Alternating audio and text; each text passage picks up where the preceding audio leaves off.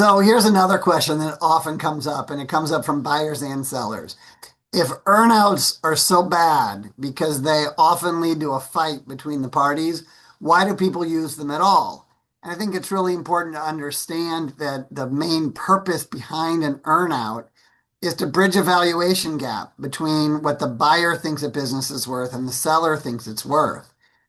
And an earnout can really help get a transaction closed that otherwise there's no overlap between the parties' expectations on the deal.